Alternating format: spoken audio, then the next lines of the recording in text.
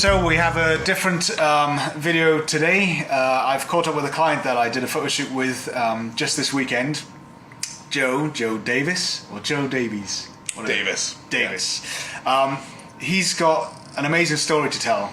He's a real sort of inspiration and motivational kind of story, I suppose, success story to show how even if you're overweight and you have issues, even mental issues and things, they can be overcome with training and dieting and really kind of sticking to a plan. And we're also with the help of other personal trainers. So anyway, I've caught up with Joe now. We've done our photo shoot, obviously, and I've delivered the pictures and things. And I thought it's time for him really to tell his story. So that's what we're doing now. Bit of a little chit chat, quite informal. And yeah, hope you enjoy Joe's story. So Joe, tell me a little bit about yourself. Let's start with how old are you and how long have you been into personal training? Well, I'm 30 years old. I'm 31 coming up in September. Right. I haven't been a personal trainer very long, only since the beginning of the year, basically, so about 4 months. But I've been involved in training various sports and activities pretty much since high school, right. Playing various sports and always interested in the gym and training, and it was always that little niggle in my mind for bodybuilding as well. So it's always been a passion of mine, really, to be involved in physical activity. Right. So one question that comes to my mind is, because I know I've seen the pictures of you before you're in the shape you were for the photo shoot, and you know, you struggled with your weight like lots of people struggle with their weight. How come you got so big, basically? That's what I was thinking. You know, I don't know. I mean, I think I always had a predisposition to carry body fat. Right. I was a big child. I was always heavy, heavier than most of the children that I grew up around and went to school with. There was a period in my life when I took up boxing, between the age of 16 and 21. Where I had lost a lot of weight then. I was probably at my fighting weight 12 stone 12 for my height and my build, which was quite slim. Right.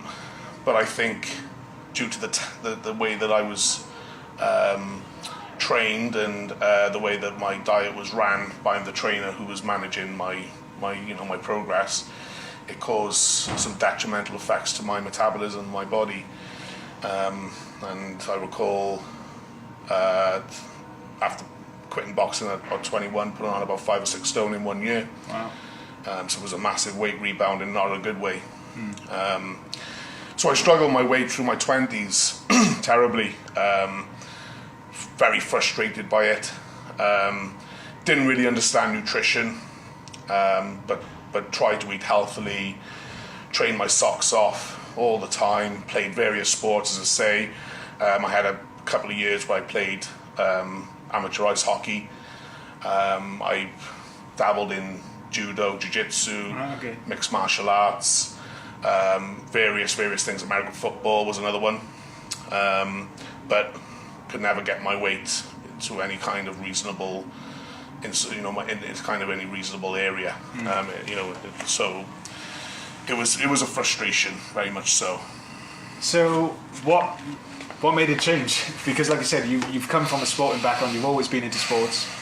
Well, I say a sporting background, but you've always been active, but you've had this weight struggle. How did bodybuilding change all that? There was a period in my life where I reached a bit of a crossroads. I went through some pretty tough personal things, and it was very much make or break for me. I reached my heaviest in terms of my weight. I was probably about 25 stone. Not in good shape, not psychologically or physically. Been kicked by life a few times, quite badly in a lot of ways. So again, I mentioned about how I felt about bodybuilding as a teenager. Always marveled at the amazing physiques, and I just felt like it was my destiny to pursue that. Right. I didn't know where I was going with it, but I had to pursue it. So I took it one day at a time. I started training again. I started with a personal trainer who was more of a friend, more of a, someone I could just, who would hold my hand to get me confident enough to actually walk into a gym and start training again, because I'd gotten into a psychological state where it was tough to even leave the front door. Right. Really? Yeah. So for that, go on. Sorry. Sorry to interrupt, because I was just thinking, when was this? When did you start? How old were you then when you started? 27.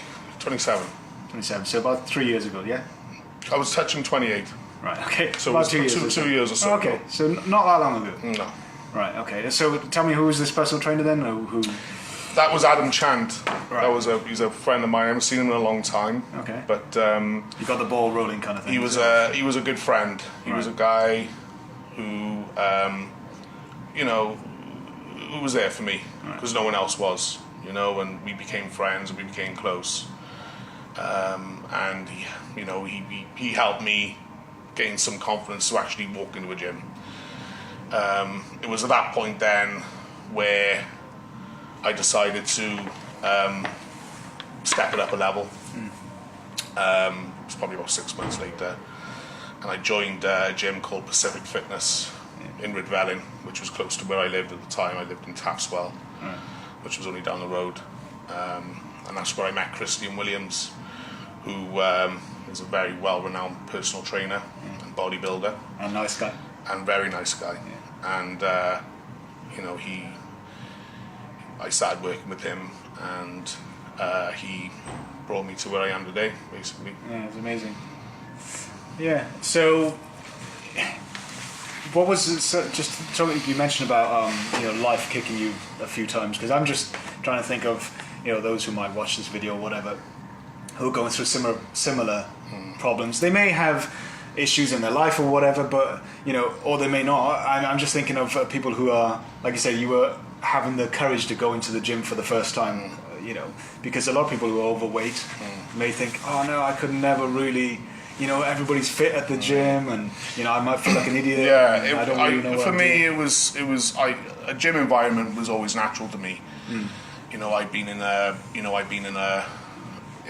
out of it all my life, pretty much, and at least as my adolescent life and young 20s, early 20s.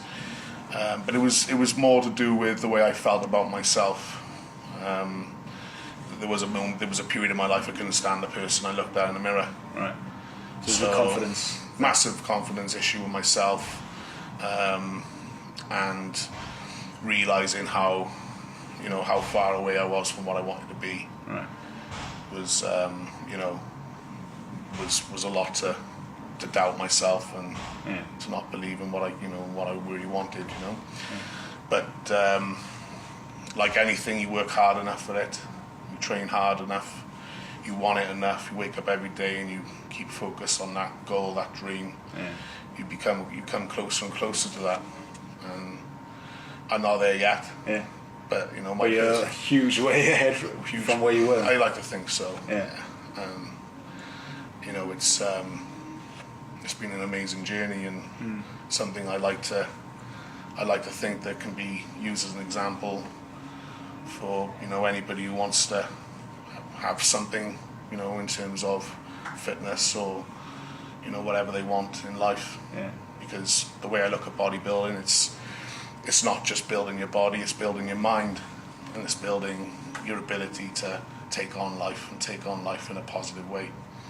That's good, because you said something the other day which was almost like a tagline where you said about how, what was it, how you were bodybuilding saved my life. Yeah, it saved your life, but you said it almost like a tagline, bodybuilding my life back together or something like that. Through bodybuilding my life back. Yeah, that's it. Yeah, and I thought bodybuilding my life back, isn't it? It's just funny because it's funny how training, even though you might say, oh, you gotta you see a doctor about this, that, and the other, whatever. But just the fact that physical exercise, what it can do for somebody who's depressed or going through problems and overweight or whatever. How much what can training do? I mean, we've touched on it, but we haven't said about how much weight you've actually lost over the last 2 years. So say how heavy were you to start with, and what? Well, I from the photo shoot, the day of the photo shoot, I was 16 stone. 16 stone. So my heaviest was 25. 25. Probably a little bit heavier than that now because I've been a little bit. Yeah. But, well, that's all right. Yeah, that's fine. But I mean, there's all sorts of chemical reactions that occur in your brain and your body when you exercise, which are all positive to your feeling and well-being. But with those aside, you know, it's training can have such a positive impact on someone's life because, you know, it can create a feeling of inner strength and inner value. You know, I personally, I feel that, you know, we all kind of go along in our own lives. We're all very individual. Everyone's kind of, you know, into their own thing. And we can get lost in that sometimes, I think, you know. And sometimes, you know, you can feel like you're alone, you know. So I think, you know, there's various, you know, levels of it, but, you know, the level I chose to go to gives me the ability to be strong on my own and not need anybody and not need to be, you know, in a position where I need reassurance from anyone because I have all the reassurance I need for myself. Yeah, that's it. So it's confidence, isn't it? Very much so. It does. It sounds really bad. I was thinking about do people ever comment you on being overweight?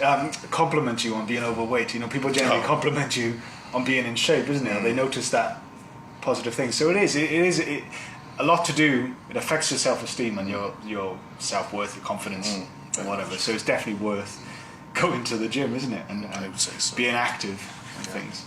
So just finally, then, maybe you could say to the camera if you want to, what would you say to people to encourage them to take up training, even if it's not to the level that you're doing? You know, like a lot of people genuinely can't do 5 days a week or 7 days a week and twice a day and all that sort of stuff. Any kind of exercise is better than no exercise. So Absolutely. What would you say to, you know, encourage those who are thinking about it or even not thinking about it? It's very much a put in to get out game, and, you know, whatever your goals are, whatever your dreams are, chase them because it can happen. I'm living proof, very much so. Brilliant. Well, there you go. That's the end of our little chat. It was quite informal. Didn't really have much of a plan in place what we're going to talk about. Rough idea. Anyway, I hope you enjoyed it.